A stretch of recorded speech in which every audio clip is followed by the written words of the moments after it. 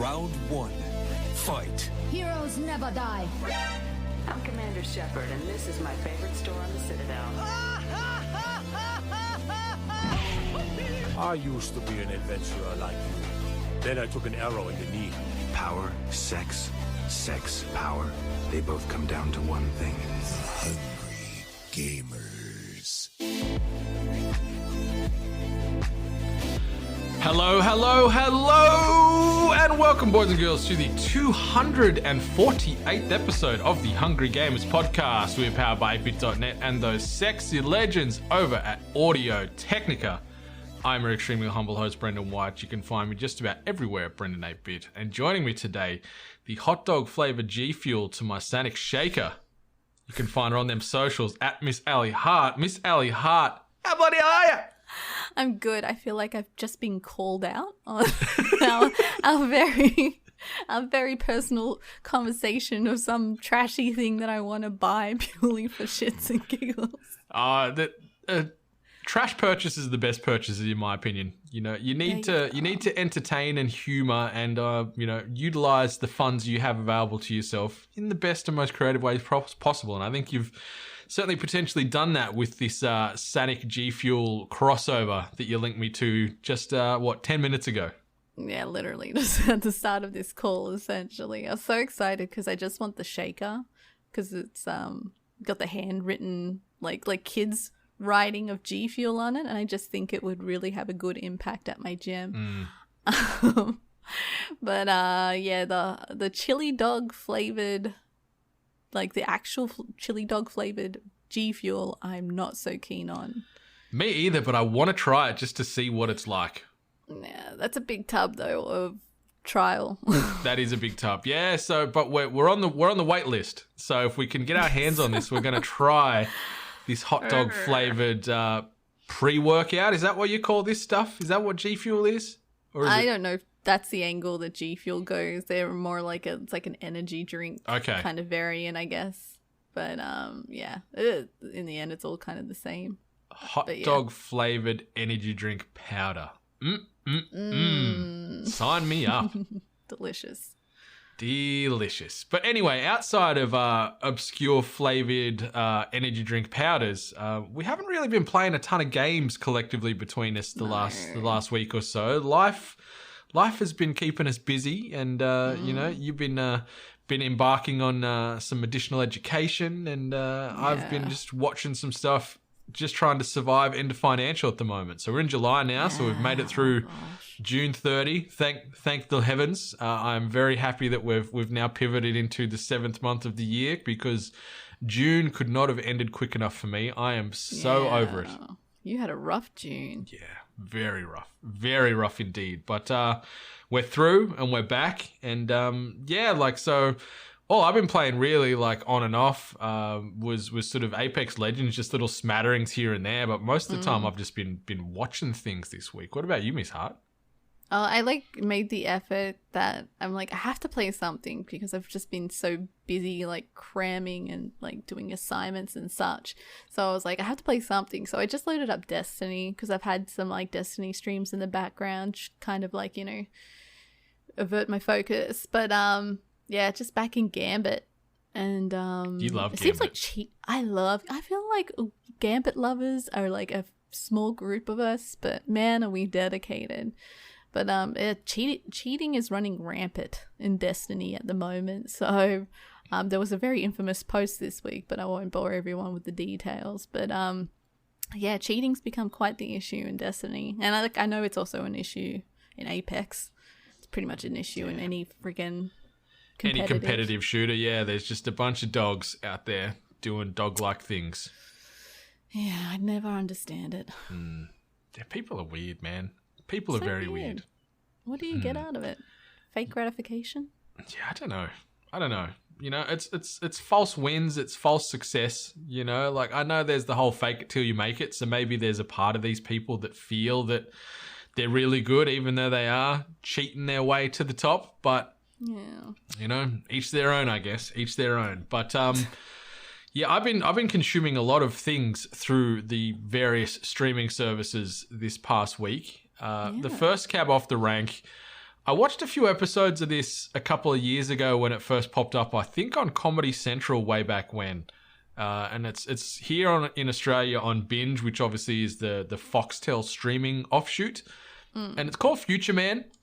You've heard of this. Like, when I mentioned it before we started recording, the name rang a bell, but you weren't too sure what was happening with it. Yeah, and once you kind of brought it to my attention on what it was exactly, I remember being like, I need to watch this because a lot of elements of it seem like it could be good. So I'm actually very interested to hear what you think about it. Yeah, so it's 3 seasons. There's 34 episodes in total. The first season is by far and away the best of the 3. The other 2 seasons still good, still enjoyable, still a lot of laughs. But the show in a nutshell, it focuses on a janitor named Josh Futterman, and he's just played by Josh Hutcherson most recently, or most notably from, like, say, The Hunger Games. You'd probably know this fella from. And so he's this lowly janitor, and he's a bit of a video game nerd, and he's obsessed with this game called Biotic Wars. And it's globally renowned as, like, unbeatable. No one's ever fully completed the game, and he ends up finishing the game after he gets stuck on, like, the 83rd level all the time, but he finishes it. And what happens then is the 2 main characters, Tiger and Wolf, who's played by Eliza Coupe and Derek Wilson, they sort of transport from Biotic Worlds into the real world and be like, because you finished this is like a training simulator, and you've been tasked now to save the world from the real Biotic Wars. So it's like this Terminator parody, sci-fi time travel-y stuff with just a lot of comedy thrown in over the top. And it's just piss funny. It is so funny. It's so smart, and it's so meta. Like, some of the references and some of the things they bring up from various other franchises. There's an episode where they're actually, like, at James Cameron's house because he plays a big part in this, who's obviously the man behind the Terminator. So it gets so meta and into so many areas. And then it's got Haley Joel Osment in it as well. Obviously, the Science Kid, I guess, is what everyone still knows him as today. And it's so funny seeing him, like, in adult form now. He's the I See Dead People person, right? Yeah, that's Sixth Sense Kid, not Science Kid, Sixth sorry. Sense, yeah. Yeah, But he's in it as well, and he's hilarious in this show, and it's like they're 20 to 30 minute bangers. It's just good, dumb fun. Some offensive comedy, some slapstick in there, some good violence, and then it's just very aware of what the show is, really. So that they play on that really, really well. And it was I smashed all 3 seasons this week. I was just sort of consuming it back to back to back because it was just had me in stitches at times. Like, I was audibly laughing out loud on the couch as me and the doggos were watching it over the last week. And really, really good fun. If you're looking for some good, easy, digestible comedy, check it out. You get full completion, so it didn't, like, end on a cliffhanger. It didn't get renewed. They played it out in 3 seasons. And like, to give you an idea of some of the tone of the show, like, Seth Rogen and Evan Goldberg act as executive producers and help write some of the stuff. So things like Superbad and things, you know, the sort of time, like Preacher as well, that kind of tone with a bit more of a comedic spin. So that's worth watching. Something else I watched yesterday that we mentioned last week on the upcoming releases was the Tomorrow War. So talked about that on last week's episode. And wish I didn't talk about that on last week's episode. Watched it. It goes for a very long time. It goes for like 2 and a bit hours, this movie. It is a long journey. And it's too much. It is not a good journey, Miss Hart. It is not a good journey. It feels like you're watching several different movies at once. Like, not just from the tone. Like, it'll go like really gritty action sci-fi with some horror elements and some gore to like just weird comedic cutaways or like little zingers thrown in here or like caricaturist characters trying to be the funny comedic relief, which is just unnecessary.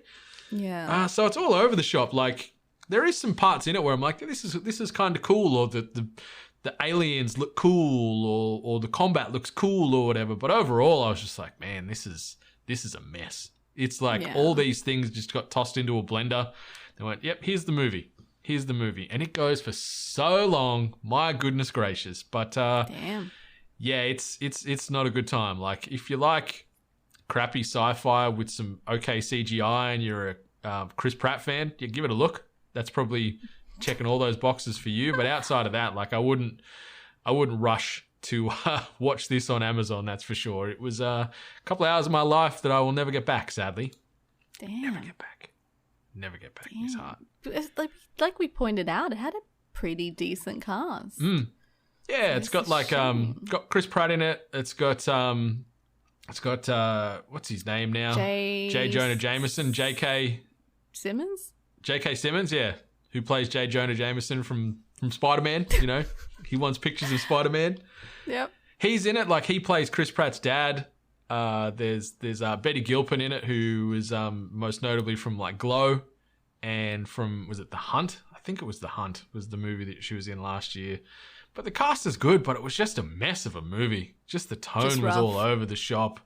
And yeah, I don't know. And there was just some weird like things in the movie where there was just giant plot holes where it's like the logic was you just do this and it'll be fine, but they don't do that. So just to build the drama and the tension and raise the stakes, like, yeah, it was just a thing. Just and anyone that has watched it wants to talk about it in more detail, hit me up, because I've got just so many annoyances that I want to air that just defy logic, and I don't want to sort of spoil it on the pod now, because there's just times where I'm like, why are you doing this? This makes no sense. Just do that and it's done. But no. Anyway, was what it was. And last night I watched Fear Street Part 1. I've been hearing about this. Yeah, so it's... you much of an R.L. Stein gal? Did you read... Not really. Like, obviously, you had the Goosebumps franchise that sort of, I guess, blew up back in the 80s and then the 90s. But Fear Street was more of like a more mature, horrific tone compared to Goosebumps. Like, you know, Goosebumps could be sort of preteen. Like, you could read that book when you're in your single digits into your early teenage years, where Fear Street is more of a teenage, early adult into the above, like where it gets a little bit more gory, gruesome, horrific. And so they've taken some of the stories from this fictionalized town of Shadyside, and what they've done with Netflix is over the next 3 Fridays they're releasing this trilogy of movies that is like continuity of this one story. So the first one dropped last night, the next one drops next Friday, and then the final one drops the Friday after. So it's really cool that they've made 3 of these movies, just boom boom boom, and they're all coming out. So we had 1994 last night. We've got 1978 next week, and then 1666 is the third parter the week after. But it's got like, picture like Stranger Things or you know, that kind of vibe to it, just with a lot more gore and a lot more, I guess, young adult themes to it. You know, so tonally, there's jokes, there's gore, there's decapitations, there's dismembering. There's, you know, love interests and teenage awkwardness and all that kind of stuff. But it was just fun. Like, I enjoyed, like, I read the books when I was younger, and it's cool to see it realized on the screen and done in a really good way. Like, I thought what they've done with Fear Street 1994 was like really, really good. Like, it was just, especially after jumping from the Tomorrow War to this, it was like night and day, where I'm like, oh my God, can this be over? Where this was just like, just sort of balls to the wall the whole time, and good fun, and, you know, some, just a good mixture of everything I'm a fan of. I might look into this one. Like, I'm not too like, how long are these movies? Are they about 90 minutes? Okay. Yeah. It's not too bad. Yeah. About 2 episodes of SVU. That's a good way to measure it. Yep. Yeah. But yeah, well worth a watch. I'm excited for the next episode, or the next part that comes out next Friday, which is 1978. So yeah, I'm keen to see what they do with it. It's just nice to see R.L. Stein having a bit of a renaissance the last couple of years with the Goosebumps movies, and now Fear Street getting the treatment. And yeah, it's just been good. So I've been watching a lot of things, a lot of good things, and then one not so good movie there. So yeah. Anything else you've been up to this week, Miss Hart, that you want to bring to light, or should we just keep rocking and rolling? guess I just want to rub it in that season 2 of Lego Masters over here has started, and it's pretty good. You know, our third season of Lego Masters just finished a couple of months ago. Yeah, we're actually the pioneers for once for one of these TV, mega shows. So the third season. God, some of the shit they make on these shows though just is so good, Miss Hart. Puts me to shame. I thought I was pretty creative as a kid, but I just love how awkward people are. I like that they've chosen a very specific collection of people for this show. But I like them. They check off the tropes, don't they? They're like, okay, we need the introverted like married couple. We need the alternative pair that have got some tattoos or some long hair. Yeah. We need the hippie guys. You know, they check all those boxes every season. Always. Yeah, and then we need like the guy that could be the villain, you know, that he's really good at building Lego, but he's a bit arrogant and a bit smug. We need the villain in there. There's always a bit of a villain in the ones, at least here in Australia. I don't think we've had much of a villain. Oh, really? Like, yeah. Just a few people that maybe think they're a little too good, but everything's always in jest. Yeah. It's a great franchise though, Lego Masters. I'm a big fan. Yeah. I'm surprised that we actually really like it. Well, you know, episodes run about the same time as SVU. You know, it's a good metric for you. Come on. Like, if someone said, hey, we're making a show about people building Legos, like come on. Like, yeah, I know a lot of us would be like, yeah, I'd watch that. But then you're like, hang on a second. What, really? Like, just a show about people building Lego? But yeah. Yeah, it's true. Like, if someone just pitched that to me, like, hey, I'm watching a show about someone building Lego, I'm like, yeah, cool, man. I'll give it a look, but I'm not excited. But yeah, you get drawn in. You get attached to these characters. Exactly. Then you think, oh, I could build that. Could I build that? I know I can't build it. I know I'm not that good. For those other people out there that know they're not that good, maybe want to get a little bit better, you can do so by heading over to ko-fi.com/weare8bit, and you can support us monetarily if you'd like to. We can officially announce now that we do have some tiered subscription levels on that Ko-fi as well. So they start from just $1 AUD per month and scale up from there, giving you exclusive access to content, giveaways, merchandise, so on and so forth. Excuse me, I'm burping up black coffee like a champion this morning. But ko-fi.com/weare8bit if you want to get in on that. If you can't or do not want to choose to support us monetarily, that's more than fine. Just be sure to rate, review, subscribe us, and all the other podcasts you're listening to on your podcast player of choice, preferably Apple Podcasts if you can, because those ratings and reviews help keep the emotional lights on in our hearts, helps us keep tracking, keep trending, staying in them charts, and staying relevant amidst all these other very talented podcasts from within this video game and culture universe that we swim around in this big old sea. So be sure to do that when you can. Takes no time, costs no money, and means an awful lot to all those podcasts, not just the Hungry Gamers. So that would be fantastic. Miss Hart, do you think we should jump into some news? How are you feeling? Shall we do it? There's been a lot going on. Do it. This week's news headlines. So yeah, after coming back from E3 week, this past fortnight, it was a bit of a lull patch the week before last, but they've decided to turn up the heat this week, because my goodness gracious, there is some things going on out in that video game world, and just start with a couple little quick hitters here. The first one, global consumers spending on mobile games has reached $44.7 billion in the first half of 2021. That's according to Sensor Tower estimates shared with GamesIndustry.biz, and that marks a 17.9% increase when compared to the first 6 months of 2020. So, Miss Hart, the mobile gaming revolution, onward and upwards. Holy moly, that's a lot of cash. That's a lot. Far too much. It's impressive. Cash. And I don't spend any of that. I have not bought a pack in WWE Supercard in maybe 12 months, Miss Hart. I have. I am off the wagon. I have. I'm no longer addicted. I'm no longer wasting money on WWE Supercard. Instead, I'm wasting money on real life Pokemon cards. So go me.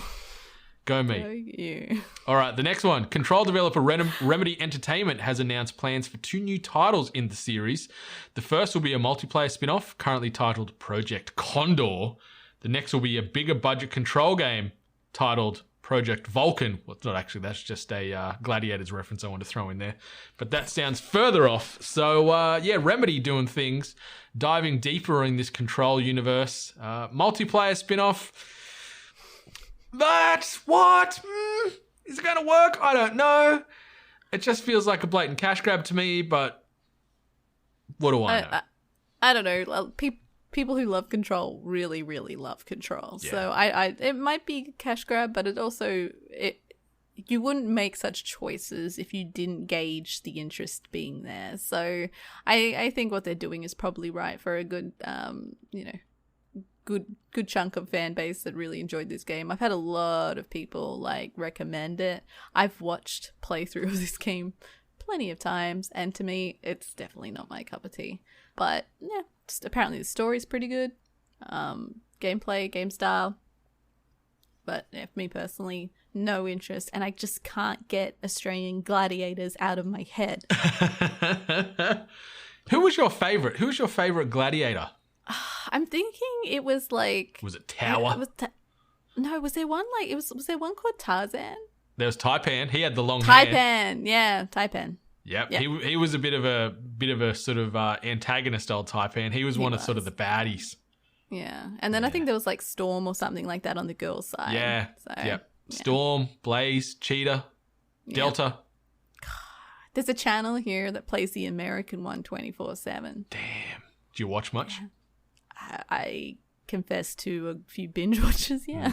I respect that. I'd watch that too. What a great show. Hopefully they bring that back one day. Remember when they did Australia versus the UK and stuff? Remember the spin-offs? Yeah. I don't remember that. Yeah. It was pretty big back in the 90s. Mike Whitney and co doing their thing.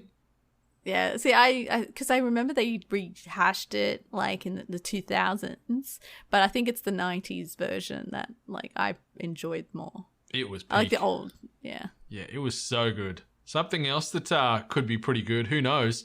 Take-Two have acquired French company Dynamics. I still don't know the right pronunciation, so the company name is Dynamixyz. Dynamics? Maybe it's just Dynamics. Maybe it is Dynamics. Oh, yeah. Yeah, and it's just got some funky wordplay at the end. Let's just go Dynamics. And they're a firm who specialize in facial animation. They most recently worked with Take-Two on the NBA 2K21 and Red Dead Redemption 2 releases, and they've also been involved in making projects such as Netflix's animated series Love, Death and Robots or Avengers Endgame. So, Dynamics play around in some big spaces, and Take-Two gobbling up this company is only going to add to, the facial animations and facial detailing of future game releases for when we eventually get a Grand Theft Auto 6 or Grand Theft Auto 5 re-release times 5, remastered, reimagined times 26, because that's all they keep doing. I mean, we got the news today, this week where they said GTA 6 isn't coming out until 2025? Yeah, which is insane. Rough. But it's very interesting to use NBA as a pillar of their works, because isn't NBA I guess this isn't the same thing, but you know how people scan their face to get it in the game, and there's just so many horror stories of crazy faces that come out in the end.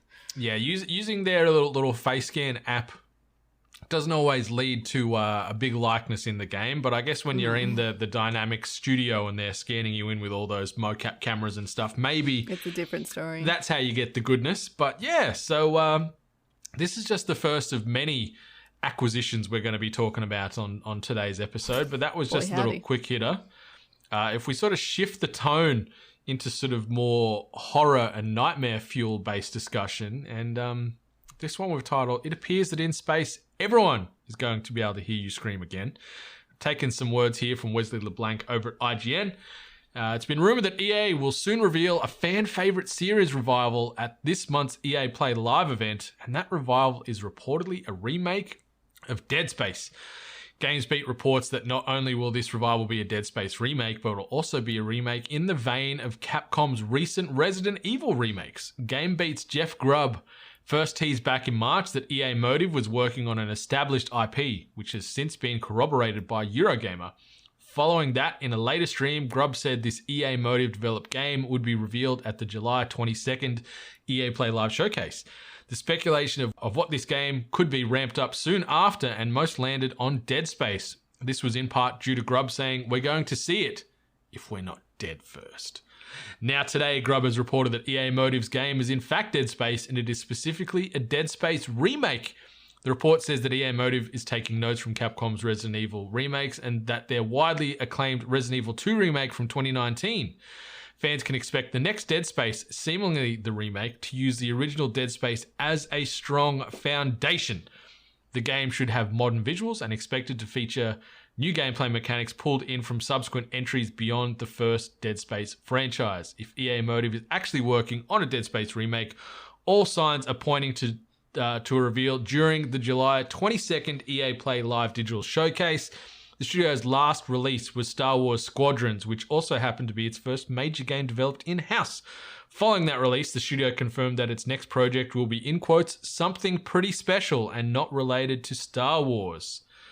So there you go. Apologies, listeners. That article there was a bit of word diarrhea. I probably could have vetted and cut some of those bits out. So sorry about a bit of the repetition and emphasis on repeated lines there, but that's just what they did over at IGN with this doc. But Miss Hart, more Dead Space coming back at you, maybe announced in the next 18 days. You keen? Yeah, especially if it's a remake, so I don't necessarily feel like I'm missing out on more stuff because, full confession, I started Dead Space and it was too much. It was a little too scary for me, so I kind of went, you know what, there's other things I can be playing, and I never went back. So... It's a special franchise. Like, I loved those 3 games, and the first 2 especially are some of the best survival horror of all time. And I'm with you, Miss Hart. Like, there is some creatures and some situations that you come across in this decrepit space station when you're playing as Isaac Clarke that scare the goddamn pants off you. Like, there are some moments where your heart nearly explodes from the tension and these nightmare-fueled creatures coming at you, and then you shoot their limbs off. Oh, they just keep coming. You know, little demon robot spider baby things and stuff. It's like, oh my god. Well, like, this game, like, I thought, like, I'm very critical when it comes to horror games because, like, some people take the easy way out. Some things are just not that scary to me. But I just remember my first experience and only experience playing this was, like, especially at the start, you're just, like, walking around and you assume all those bodies are dead. And then it's just, like, it jumps at you. And, oh, my God. Like, I know, like, sometimes you refer to jump scares as being cheap scares. But I thought that one was pretty well done. I definitely wasn't expecting it, so... Yeah, those necromorphs were horrific and cruising around. I think it's the Ichimura was the spaceship that you're heading around on, and just when they mix in like the zero gravity parts of the game and just some really cool mechanics that they put together in this franchise way back when. But I think the frustrating part for me, like, it's awesome that we're getting some more Dead Space, but the thing that sort of grinds my gears is that obviously Visceral Games was the studio behind this.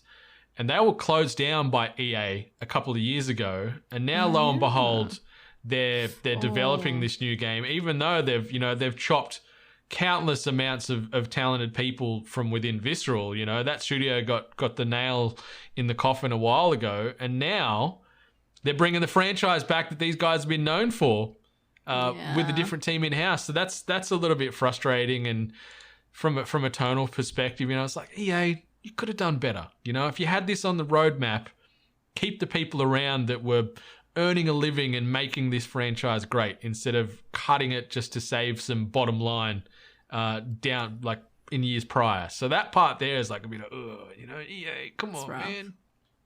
It's actually genuinely surprising because as far as I can remember, a lot of people had been hankering for new Dead Space content. So... and then now they said they're going down a remake route. So yeah, I'm curious to see how that's going to translate. Like, I think from an aesthetics perspective on the current gen and like current PC tech, this game is going to look gorgeous and horrifying all at the same time. Like, it is going to be a great looking game from a visual standpoint. then tossing in stuff, like utilizing 3D audio, how they might factor in stuff with like the DualSense technology. Like people's hearts are going to be racing playing this game, and it's the sign of good horror. But yeah, retreading some of that old storyline. Okay. The game came out in 2008, sorry. So it's 13 years ago from when the first one came out. So it's a long-ish time between drinks. So, okay, let's bring it back again. And hopefully maybe this might then spawn a Dead Space 4, which was rumored, where you're actually going to play as a female protagonist and have a bit more of an open world environment from what they've sort of had as far as suggestions for the fourth game in the series. I got to sneeze. I bless you. Why, thank you.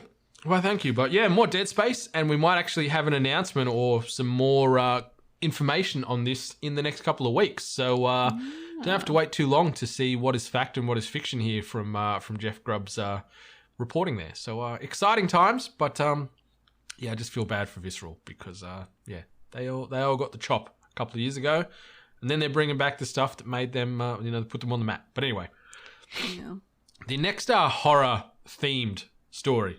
Konami, no longer silent thanks to Bloober Team. Taking some words here from Tom Phillips over at Eurogamer. Silent Hill publisher Konami has confirmed a partnership with Bloober Team, developer of horror games such as The Medium and Blair Witch. The agreement allows Bloober to produce games from existing and new IPs which Konami owns, including, of course, the missing in action Silent Hill. No further detail on the project was announced other than some vague promises of, in quotes, high-quality content and the exchanging of game-making know-how. If that's not broad nothing speak, I don't know what is. So back in January, a report suggested multiple Silent Hill projects were in the works following a secret call from Konami to developers a couple of years ago. Konami declined to share anything further on that at the time. Most recently in February, Silent Hill composer Akira Yamaoka dropped a strong hint he was back working on the franchise. In a quickly pulled YouTube interview, the prolific video game composer teased he was composing music for a project which was the one you're hoping to hear about, and that was in quotes. All of which brings us back to Bloober, which perhaps not coincidentally, Yamaoka collaborated with for 2020's The Medium. It is a historic day for me and the culmination of several years of our work, Bloober boss Pure Babano said. The fact that such a renowned company as Konami has decided to strategically cooperate with the Bloober team means that we also joined the world leaders in gaming and became an equal partner for the leading players in this market. That quote from Peter Babano is very strange, but it's exciting. It means, well, it doesn't mean, but the betting odds are very short that Bloober has jumped in with Konami here to make the next Silent Hill game. The Medium was fine. Layers of Fear was good. The Blair Witch, yeah, okay. But they know how to make horror, and Silent Hill's a great franchise. What do you think about this, Miss Hart? Are you on the bus here, or you out? You off the bus? I don't know, because Silent Hill as a franchise, bringing that back is I think it's very delicate work.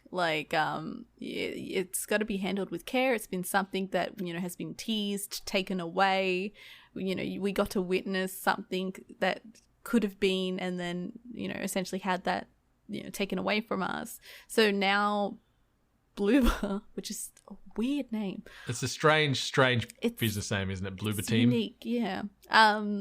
Now, if this is the case, if they're holding the opportunity of creating the next Silent Hill game, I would not want to be in those shoes, because unfortunately there is going to be this expectation that obviously people shouldn't have, because it's obviously different people, different, studio that was involved, or people working in a studio that were involved to make what PT was. So Bloober's obviously going to have to get out of the funk of knowing that there's going to just be people that are not going to be happy. Overall, I'm excited that if we do get a new Silent Hill game, because it's been some time, and I like the universe of Silent Hill. I think it's unique. It's a little grotesque. I like it. Yeah, I'm excited to see what Bloober bring to the screen eventually. But I think what you mentioned perfectly summarizes this too, was where even though it was nothing more than a demo, PT had such an impact on gaming. Oh yeah. For what it was and in the short time it was available, and what Kojima and Norman Reedus and the people at Konami were building there, that everyone is still going to be so fixated on what that demo was and what Silent Hill in their minds should be moving forward. If this doesn't hit that same kind of beat, there's probably going to be some blowback where they're like, oh, this sucks. Bluebird's ruined this franchise. Boo-hoo. Konami, you're a pack of dicks. Like, that last part, probably pretty true. Konami don't have the best rep in the marketplace. But yeah, there's a lot hinging on this, I think, for a lot of parties involved. And if it doesn't nail that same kind of tone and look and feel than what Kojima had in that demo, the gaming industry is going to be up in arms, because obviously anything Kojima touches is better than everyone else, even if it is for the most part the same or worse or moderately better. It's just on a podium unto itself all the time. So yeah, I feel Bloober are behind the 8 ball already, even though they haven't shown a thing about this game. But just the mystique and the prestige that Kojima has in anything he does just immediately puts it in a different light. So I feel bad that maybe Bloober team have been dealt a losing hand already, even though they haven't even seen their cards. Yeah, exactly. Like they are going to start with a disadvantage, unfortunately. But isn't this funny timing, especially with the abandoned game? Yeah. And all the issues that they've been dealing with, on the speculation that they are secretly working on the next Silent Hill with Kojima and et cetera, et cetera. So having this kind of announcement, fuddy-duddy announcement, I guess it's not really truth, although the points of speculation are really adding up. But yeah, the abandoned game must be pretty happy that this is coming out now to kind of move some of the focus on them. Yeah, it's look over there. Yeah, they just sneak out the back. But yeah, so we'll hopefully get some kind of announcement or a couple of stills or a trailer or something over the next 12 months just to see what's going on here. Funnily enough, Supermassive Games were in the running to potentially chair or take over some Silent Hill function as well. A couple of years ago, they had a pitch to Konami about what they wanted to do for a new Silent Hill game that ultimately wasn't taken up. And from what I've sort of read out in the games media, was that pitch actually became part of the Dark Pictures anthology project. So some of the things that we've played or are maybe going to play in the future was what could have been seen in a new Silent Hill game. So we'll see what Bloober do over the coming years. But at least there's, even though it's not confirmed, at least there's some Silent Hill coming out. I think it's very short odds that this is Silent Hill that they're working on, right? I mean, like all these little points, it seems pretty straightforward. Yeah, I'm a gambling man. I'd put $100 on that this is Silent Hill coming to our platforms in the near future. So yeah, that's one sort of Konami Kojima thread, and then the next one here, Hideo Kojima's next game could be exclusive to Xbox. What? Whoa. In a big shake-up from his last game, Death Stranding, it's looking like Hideo Kojima is going to be partnering with Microsoft for a new Xbox game next. Insider Jeff Grubb. He's been busy this week, old Jeff Grubb. He is finding all the hot goss. So Insider Jeff Grubb reports that Microsoft and Kojima have signed a letter of intent for a new game. This is not an official binding contract, importantly, but it seems to point to the possibility that Kojima's next game will be made for Xbox. So Xbox, Game Pass, all that fun stuff. Grubb cited the information to his unnamed sources. God, that is some cloak and dagger shit right there. We've got a quote here. This is a key step in the negotiations between the Metal Gear Solid creator and the Xbox company. This signifies that both parties have agreed to a generalized deal while lawyers continue hashing out the finer points, Grubb said. According to the report, Microsoft and Kojima have been working behind the scenes for months already regarding a partnership. The deal is so close that Microsoft has begun preparing for what Kojima will need to make his new game, Grubb reported. The report goes on to say that Kojima's new game will be made, at least in part, for the cloud. Microsoft just recently hired Portal designer Kim Swift to run the company's new initiatives for cloud-based games, and Kojima's will be among them, the report said. So Microsoft, what you need to prepare for Kojima in this next game is an absolute fuckload of money and also... And time, yes. Time and money. That's all you need to give him because, we are going to get some kind of crazy, out of this world, deep philosophical meaning game from Kojima, maybe with some AAA actors involved. But maybe boy, howdy, if this happens, Miss Hart, Kojima, this is the epitome of the hired gun. Like, he goes from this relationship with Sony and Death Stranding being a Sony exclusive, obviously it's on PC now, but a console exclusive only for Sony, to now going, you know what? Microsoft have backed up the money truck here. They're giving us more money. Now I'm going to go work solely for Xbox on this next release. And then maybe we'll go to Nintendo. No, we'll never go to Nintendo for the next one. But you know what I mean? Like, it's crazy times. It's crazy, but we're not too surprised by this because Xbox and Microsoft has been making some crazy purchases. They've been doing just outrageous benefits, I guess, with Game Pass and showing how exactly being a part of Game Pass and what you get from it, especially when it comes to new titles, getting it on the day attached to Game Pass. So Microsoft has really been puffing out their chest on what they really want to do for the console, but Kojima, there's a lot of fuck yous, I guess, that you can do to your opposing console, but taking Kojima from Sony, that feels like a pretty significant one. That does feel like abduction or kidnapping. That's straight up That's keying your ex's car sort of stuff, Yeah. It's some high school type of drama. I know it's a business decision, but it's stealing the dog. Yeah.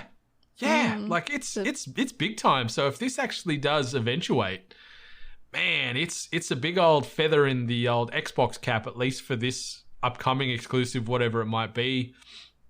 A game built around the cloud is interesting. I don't know what that's going to do or how this game's going to be different to something that'll be not in the cloud. But yeah, this is the thing. Jeff Grubb, he has got his finger on the pulse. He is the man with the contacts. He has really ascended over the last probably 18 to 24 months as far as being a bit of a newsbreaker out in the games media. Yeah. He's got a lot of things right with E3, and he's kind of gotten a few things right just in, like you kind of said, in the year passing just as is. So any of his speculations, you can't really just brush them off right away. But yeah, if this is a thing, if this is a get, first of all, I would love to see what the Sony fan base does when that officially gets announced. Second of all, I'd be very interested to see if by going to a new console, Kojima kind of picks himself up and then just goes in another completely different direction and shows us another interesting world that is brewing in his head. Some cinematic, craziness. Yeah, and this game could really be anything. Kojima's mind works in a way unlike most game developers, or at least he commits to trying to make things unlike most game developers. So this could be a whole heap of Kojima zaniness and weirdness and uniqueness, and I feel that it's probably going to be anchored by a big name television or film star being cast as the lead for sure. For sure. Yeah. Who's it going to be? Is Reedus coming back? Are we going to get Mads again? Or are we going to get someone completely new? Who's Kojima been spotted with the last couple of months? Hopefully no one, thanks to COVID. But that's true. He loves Mads. He loves that dude. The adorable photos that came out of that. But, we know he likes his 80s, 90s action. So it has to be someone of that kind of caliber. Chuck Norris. Could you imagine? Oh my God, Nicolas Cage? Oh, yes. They seem like they should be on the same wavelengths. It should, yeah. I need to write a letter to Kojima. I completely forgot to mention, I watched Willy's Wonderland last weekend as well. Oh, I haven't watched it yet. That's, yeah. Good? No, Like- not really. Not really. I'll Like, still it's watch to it. be expected. It's Nicolas Cage in Five Nights at Freddy's. Like, You see that's the premise. You see the trailer to that movie that he's doing where it looks like Pig? John Wick, but a pig? Yeah. Yes, I'm all in on Pig. I'm so in on Pig. I love Nicolas Cage. I'm so Sorry. keen for Pig, but don't get very keen for Willy's Wonderland. It is... Yeah. It's so bad, it's good in a way. Like, you just laugh at how dumb some of the stuff is in it. Like, that's the type of movie it is. Like, if you want some crappy cheese where you watch a Nicolas Cage fight possessed animatronic creatures, watch Yes. Willy's Wonderland. But if you want something that's like an Oscar winner, do not watch this movie. But if you want something dumb and sometimes fun with Nicolas Cage, check out Willy's Wonderland. It is a thing. My God, it is something. Yeah, it's up there with the Tomorrow War as far as bad review scores go. But yeah, Nicolas Cage in Hideo Kojima's Xbox exclusive. Sign us up. Yes, it's a match made in heaven, in my That's opinion. it. That's rad. All right. Last bit of news we're going to be unpacking today. Sony going all hungry hippos is the title for this one. Sony Interactive Entertainment has found some cash under the couch cushions and decided to put it to use, acquiring Finnish studio House Marquee and Dutch studio Nixus. Furthermore, there have also been leaks that Sony are also acquiring Bluepoint Games. So a little bit more of a spiel here. So House Marquee, obviously, is a longtime partner of SIE and has released 8 titles exclusive to PlayStation so far. Most recently, the pair released PlayStation 5 exclusive Returnal. House Marquee is the 13th studio to join PlayStation Studios. It is the company's first acquisition since it bought Spider-Man developer Insomniac Games in 2019. The studio will continue to be run by House Marquee's current management team in conjunction with PlayStation Studios' external development team. Here's a quote. With a proven track record of creating original games that feature best-in-class gameplay, House Marquee is a highly accomplished studio, and we couldn't be more thrilled to officially welcome them to the PlayStation Studios family, said Helmut Hulst, head of PlayStation Studios. Moving on, Dutch studio Nixus Software. The developer is the additional purchase that we mentioned at the jump there. This developer will join PlayStation Studios' Technology, Creative, and Services Group, which focuses on technical and development capability to support Sony's game development studios. Herman Hulst, back at it again, says, I highly respect Nixus and am excited for this very experienced team to become part of the world-class development community at SIE. They have a passion for improving games and for delivering the best possible experience for gamers. Nixus will also be a strong asset for everyone across PlayStation Studios, helping our team focus on their most important goal, which is to create unique PlayStation content at the best possible quality, end quote. And obviously, there is still this strong rumor that SIE are also picking up Bluepoint Games with some leaked or some, I guess, wrongfully sent social media posts from Sony, which were swiftly removed. So Bluepoint is the next one I feel that is going to be popping up anytime now. Which is also very exciting. Like Bluepoint, they're behind the most recent revivals with Shadow of the Colossus on the PlayStation 4 and Demon's Souls, which was the PlayStation 5 launch release title there. So they're remake specialists. So they're sort of tipping their hat to maybe more remakes coming just exclusively to Sony. Miss Hart, what you think about all this news? Unfortunately, like to me, like Returnal seems like it was popular, right? Yeah, it It sold did well. well? It sold well. Yeah. Reviewed really well too. One of the games of the year so far. Yeah, so I mean, it's a good get for them. It seems it feels PlayStation-y, just based on like look and design. I like it's an interesting like get. Like, are they doing it because like Microsoft has been taking up studios and that was like one that they feel like they can work with, or are they looking for a very specific studio, like a speciality studio in what they make? But like for me personally, like I'm like, okay, cool. Like I have no interest in Returnal. Yeah, so like I'm just more interested in the aspect of like our two console groups buying up studios and what that says in their choices, though, or I guess maybe how much they are willing to pay. Yeah, it's very much becoming a bit of a monopoly, isn't it, out there for Sony and Microsoft, where it's like an arms race. Who can build the biggest team first? You know, who can gobble up all these studios to have it all under the blue or the green banners? And the House Marquee purchase makes sense. Like they've been, in air quotes, you know, dating for a good long while. You know, they're putting a ring on it now to make it official. And then obviously Nixus, the purchase there of the Dutch studio, they're going to be working, like they're going to be riding shotgun on a lot of future projects, and they're just coming in there. You know, they're doing the final polish. They're doing the detailing and the adding that nice bit of shine and sheen and giving it that final spit polish before these games come out. So that's smart. You know, helping them. Like having them work as a support mechanism for your Naughty Dogs and your Santa Monicas and stuff like that. Sure, yeah. But then, yeah, the Blue Point rumors where they're going to be picking up them, the remake kings over there at Blue Point, smart as well. Like the Demon's Souls remake they did, very, very, very positively received. Yeah. Very, very, very punishing game that made me want to cry. But, you know, people that love those Souls games love what Blue Point did. Maybe that's what PlayStation is going for, because Returnal is very similar in that unforgiving, relentless, repetitive kind of gameplay. Maybe that's the kind of niche that PlayStation's looking for. They're going to lean into the Souls and roguelike stylings of games. Maybe. Maybe. Who knows? Maybe Blue Point are going to be making a remake of like the original Ratchet and Clank. Maybe we're going to see the first Ratchet and Clank realized by Blue Point. Who knows? Who knows? Just connecting threads to our spoiler cast discussion.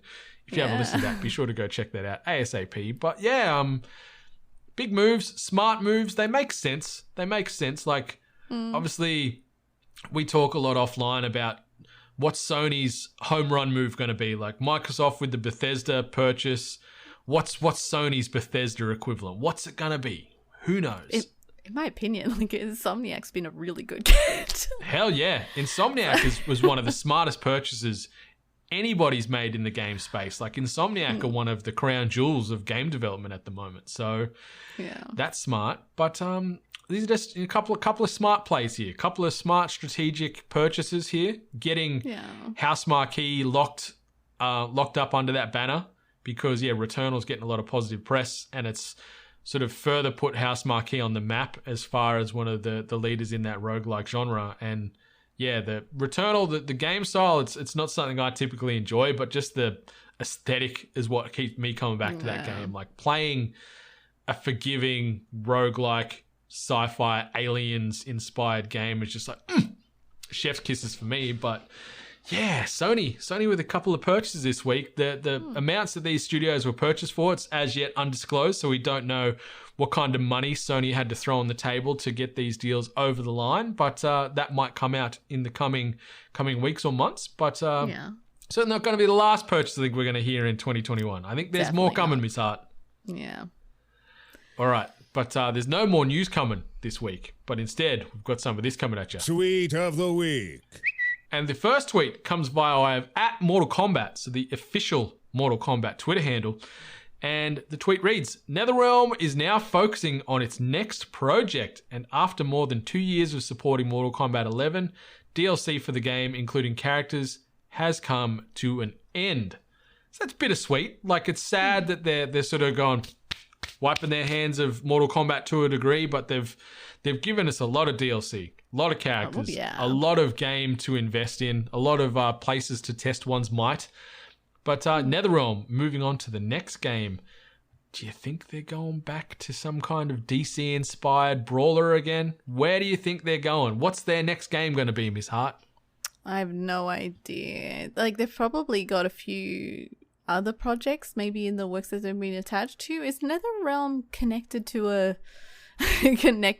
console yet? Like, has the Sony or Microsoft bought either? They fall under the Warner Brothers banner. And remember, obviously, there was the rumors last year about Warner Brothers potentially shopping around. But then they've sort of said they're off the market now. But see, Warner Brothers could be a big get. Like, that's up there. You get some good studios under that Warner Brothers banner, and then you get some exclusive. You get like the DC licensing, which is all fallen under that WB banner. But yeah, So what do you another think? Injustice. Do you think we're going to get another Injustice game? Do you think that's what they're going to be working on next? I don't know. The popularity of Injustice doesn't feel like it meets to the same caliber of NetherRealm. I'm sorry, of Mortal Kombat. So, like, I don't know. But like the fact that they've said that there's literally another project that we're working on. So like, and they've started on it. So yeah, they've people working on it know what it is.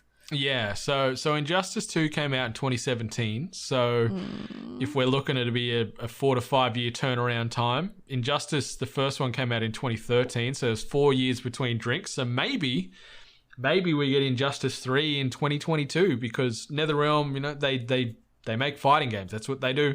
So it would make sense. Or maybe they've got a new IP. Maybe they've somehow managed to secure Marvel. Maybe they're doing a Marvel fighting game. I'd be curious. But it's exciting. It's exciting.